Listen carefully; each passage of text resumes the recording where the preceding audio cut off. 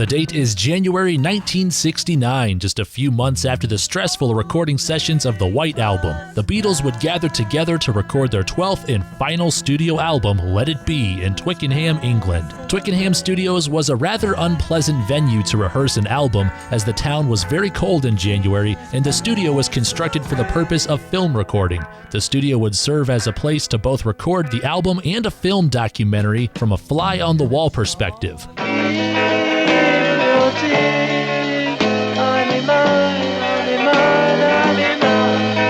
School friend of Paul McCartney and George Harrison and head of Apple Corps' Neil Aspinall would comment on the location, saying, quote, "It was like half recording and half filming. It didn't feel right. Nobody was that comfortable out there. It was a big sound stage in a film studio, and they were working on portable equipment because it wasn't equipped as a recording studio." Needless to say, it was a less than ideal place to make a record. However, despite the uncomfortable location and the looming breakup of the band in the near future, the Beatles managed to complete the album by the following year.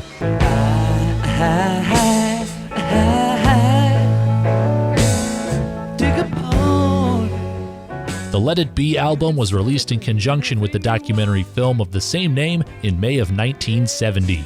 As we celebrate the 51st anniversary of Let It Be, here are some facts you may not have known about the album.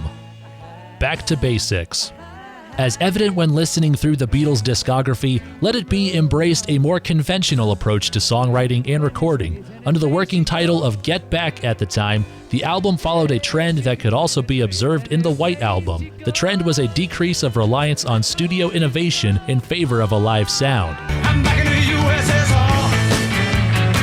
You don't know how lucky you are, boy. Let It Be intended to take this a step further than the White Album, with George Harrison saying that the plan was to, quote, "pick a location and record the album of the songs in a concert. We would learn the tunes and record them without loads of overdubs, do a live album." Because you're sweet and lovely, I love you. There was even discussion of recording the album in an exotic location like the Roman Colosseum or Marrakesh in Morocco. However, this all fell through and they ultimately decided on Twickenham. First recording. Unbeknownst to many, the Beatles were actually not the first to record the Let It Be title track. There will be an answer, let it be. Due to the track's gospel elements, Paul McCartney sent music producer Jerry Wexler at Atlantic Records a demo of Let It Be with the hopes of legendary soul singer Aretha Franklin would record her own version. Franklin would record the song for her album This Girl's in Love with You, released just 2 months before the Beatles' version of Let It Be.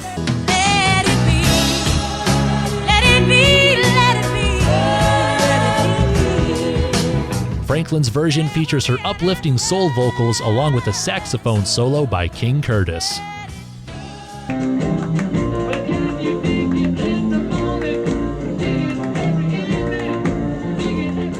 Can you dig it?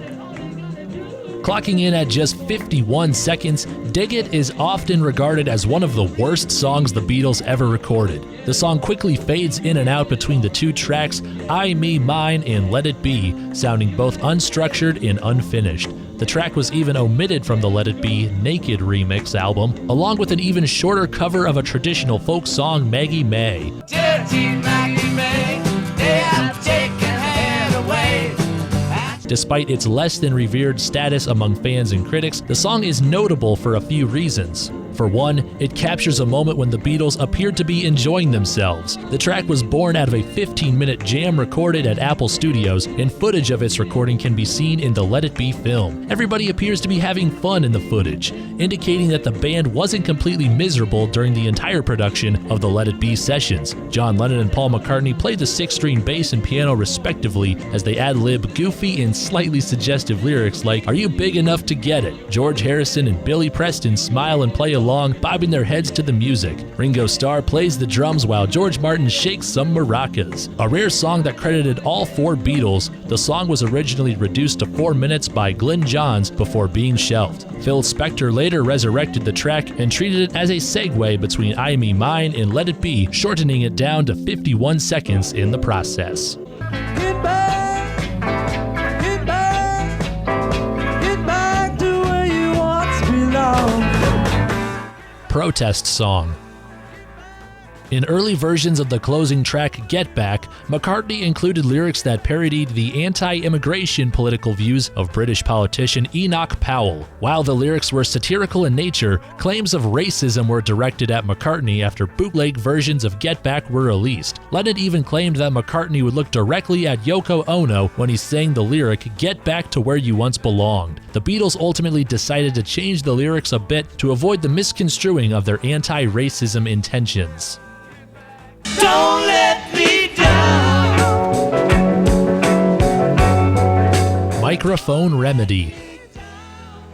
When viewing the Beatles' rooftop concert footage, it is evident that Lennon and Starr are both wearing women's clothes. With it being a chilly day in January, Lennon borrowed Yoko Ono's fur coat, while Starr borrowed his wife Maureen's red raincoat. However, these weren't the only female garments present during the concert. A lesser-known fact is that the microphones recording the guitars and drums were wrapped in women's pantyhose in order to protect them from the cold winds. According to Rolling Stone, tape engineer Alan Parsons was tasked with going to a department store to purchase 3 pairs of pantyhose. Parsons would comment on the event, and I quote, "They thought I was either a bank robber or a cross-dresser. Why it had to be women's pantyhose remains a mystery to this day."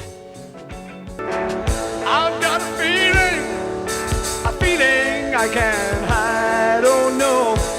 Police leniency. Contrary to popular belief, the Metropolitan Police did not immediately shut down the rooftop concert upon being informed about it. The concert lasted for over 40 minutes despite the fact that the police station was just a few feet away from Apple Corps. It wasn't until local businesses began to complain that the police had to shut the concert down. Even after receiving the complaints, however, the police allegedly gave the band a 10-minute warning to flush any narcotics from the building before they raided. Upon realizing that the police were about to shut the concert down, McCartney mocked their arrival by improvising the following lyrics in Get Back. "You've been playing on the roofs again, and you know your mama doesn't like it. She's going to have you arrested." Ringo stated that he hoped the police had exercised more force, stating, and I quote, "When they came up, I was playing away and I thought, oh great, I hope they drag me off. I wanted the cops to drag me off because we were being filmed and it would have looked great." According to McCartney's recollection, the police simply stated, "You have to stop," and pulled the plug accordingly. The long and winding road. Phil Spector controversy.